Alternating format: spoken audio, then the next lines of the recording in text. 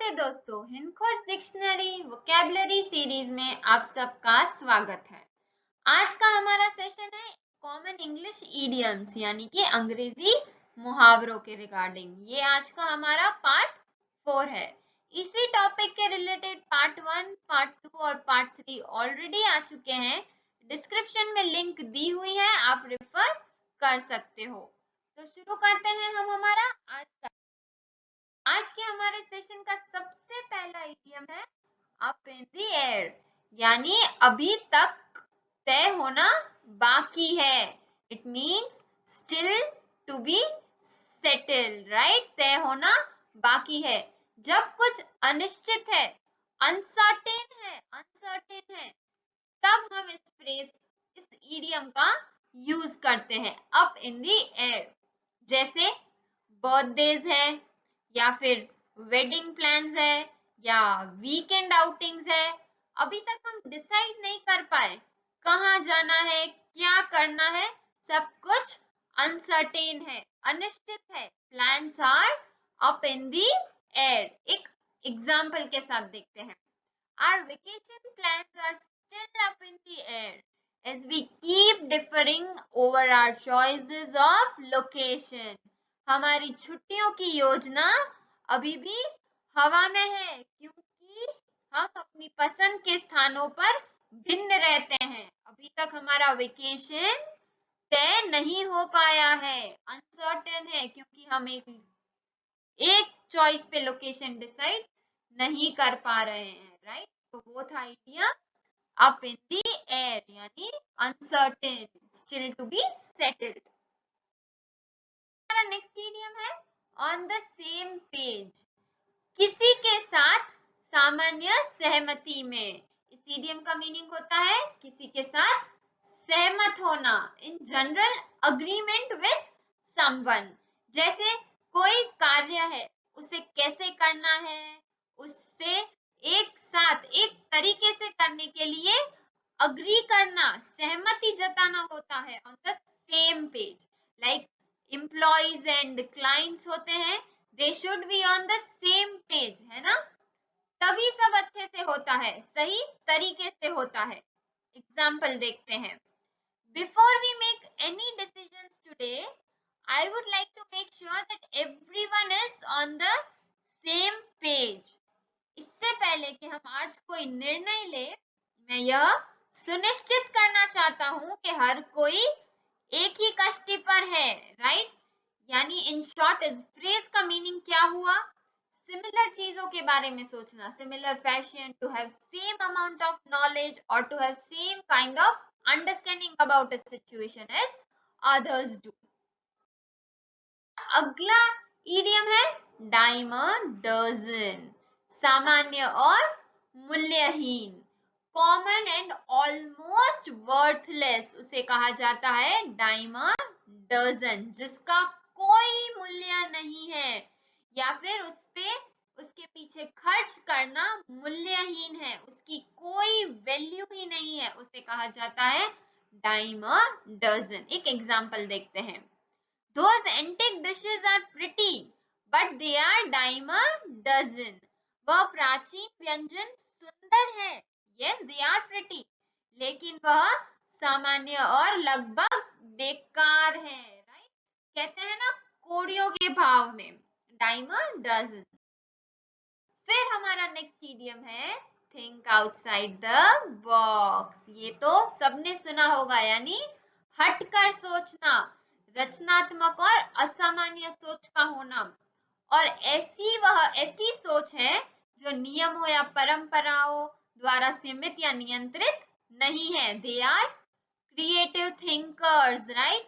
सामान्य लोगों से थोड़ा अलग हटकर सोचते हैं, हटकर सोच रखते हैं और किसी भी समस्या को सुलझाते हैं। इसीलिए जब वो समस्या नहीं सॉल्व हो पाती है, तब हम क्या कहते हैं? थिंक आउटसाइड द बॉक्स, कुछ क्रिएटिव करने के लिए या किसी प्रॉब्लम को सॉल्व करने के लिए। एग्जाम्पल देखते हैं। I am trying to think outside the box to make this event a success at any cost this year. मैं इस साल किसी भी कीमत पर इस योजना को सफल बनाने के लिए हटकर सोचने की कोशिश कर रहा हूं। I am trying to think outside the box, यानी रूटीन से अलग सोचना, उसे कहा जाता है think outside the box. Next idiom है बर्न द मिडनाइट ऑयल, यानी काम करना या पढ़ने के लिए देर रात तक जगना। काम करने या पढ़ने के लिए देर रात तक जगना, उस इडियम को कहा जाता है burn the midnight oil. Working late into the night, कोई असाइनमेंट है जिसे टाइम पे कंप्लीट करना है या एग्जाम्स की पढ़ाई करनी है, उसके लिए देर रात तक जागना, उसे कहा जाता है burn the midnight oil. Time पे कार्य को पूरा करने के लिए जागना, डेडलाइन से पहले उस काम को पूरा करना, राइट, वो होता है burn the midnight oil. Example के साथ देखते हैं। My brother has a big exam next week, so he is ready already burning the midnight oil. मेरे भाई की अगले हफ्ते बड़ी परीक्षा है, इसीलिए वह पहले से ही आधी रात तक जाग रहा है। नेक्स्ट इडियम है ऑन पॉइंट, यानी बिल्कुल सही, which means good, well done, effective. The work is on point. एक एग्जाम्पल लेते हैं, एकदम ही क्लियर हो जाएगा। Jennifer's presentation was on point, concise, relevant and accurate.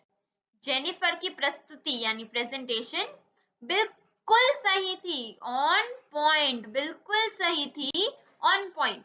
संक्षिप्त यानी कंसाइज, राइट, रिलेवेंट और एक्यूरेट, सटीक, एकदम ही सही थी, वो होता है ऑन पॉइंट। हमारा अगला आइडियम है कैच समवन्स आई, यानी किसी को आकर्षित करना, to attract someone's attention and make them look at something, उसे कहा जाता है catch someone's eye, किसी को आकर्षित करना। एग्जाम्पल के साथ देखते हैं। Usually I don't wear scarves, but a beautiful silk one caught my eye on the sales table. क्या कहा जा रहा है इस एग्जाम्पल में? आमतौर पे, यूजुअली, आमतौर पर मैं स्कार्फ नहीं पहनती, लेकिन एक खूबसूरत रेशमी कपड़े ने मेरी नजर बिक्री की मेज पर लाली, राइट, वो स्कार्फ इतना सुंदर था that it caught my eyes. Stadium है cry your eyes out, बहुत ही ज्यादा रोना, उसे कहा जाता है cry your eyes out। Example देखते हैं। She cries her eyes out every time she sees a sad movie. जब भी कोई उदास फिल्म देखती है तो वह रोती है, बहुत ही रोती है, यानी बहुत रोना, देर तक बहुत अधिक रोना, उसे कहा जाता है cry your eyes out, right. लंबे समय के बाद जब कोई रोता है cry your eyes out, उसे कहा जाता है।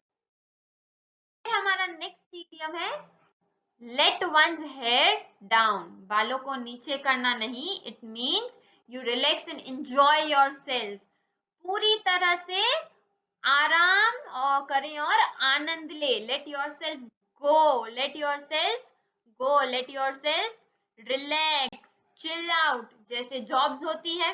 कई लोग लॉन्ग वीकेंड का वेट करते हैं, to let one's hair down, यानी पूरा हफ्ता काम करने के बाद वीकेंड पे रिलैक्स हो पाए, एंजॉय कर सके, they can let their hair down, है ना। यस, एक एग्जांपल देखते हैं। A short vacation allows you to let your hair down and enjoy natural surroundings with a loved one. एक छोटी सी छुट्टी आपको आराम करने और किसी प्रियजन के साथ प्राकृतिक परिवेश का आनंद लेने की अनुमति देती है, राइट। छोटा सा वेकेशन आपको रिलैक्स कर सकता है, आप उसे एंजॉय कर सकते हो, यू कैन बी योरसेल्फ। फिर हमारा अगला इडियम है इन अ नटशेल। सुना होगा, इन अ नटशेल यानी चंद शब्दों में व्यक्त करना, expressed in few words, which is expressed in few words। Example के साथ देखते हैं।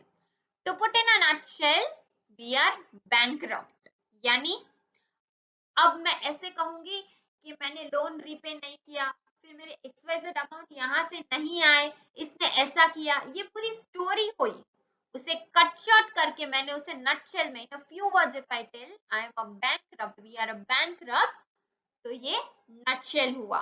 संक्षेप में कहे तो हम ने दिवालिया हो गया, राइट, हम दिवालिया हो गया संक्षिप्त में, right. In a nutshell we lost. अब उसके पीछे की जो बातें हैं वो स्टोरी है, लेकिन नटशेल फ्यू वर्ड्स में अगर हम कहे तो वी लॉस्ट, राइट। ये था हमारा आज का सेशन इडियम्स के रिगार्डिंग, राइट। उम्मीद है आपको समझ आया होगा, आपने पार्ट 1, 2 और 3 उन्हें भी रेफर किया होगा। तो इस वीडियो को लाइक, शेयर और कमेंट जरूर कीजिएगा। हमारी चैनल को सब्सक्राइब कर लीजिए और बेल आइकन प्रेस कर लीजिए ताकि हमारे अपकमिंग वीडियो के नोटिफिकेशंस आपको इमीडिएटली मिलते रहे। तो अब हम फिर मिलेंगे नए वीडियो के साथ नए सेशन में। Thank you.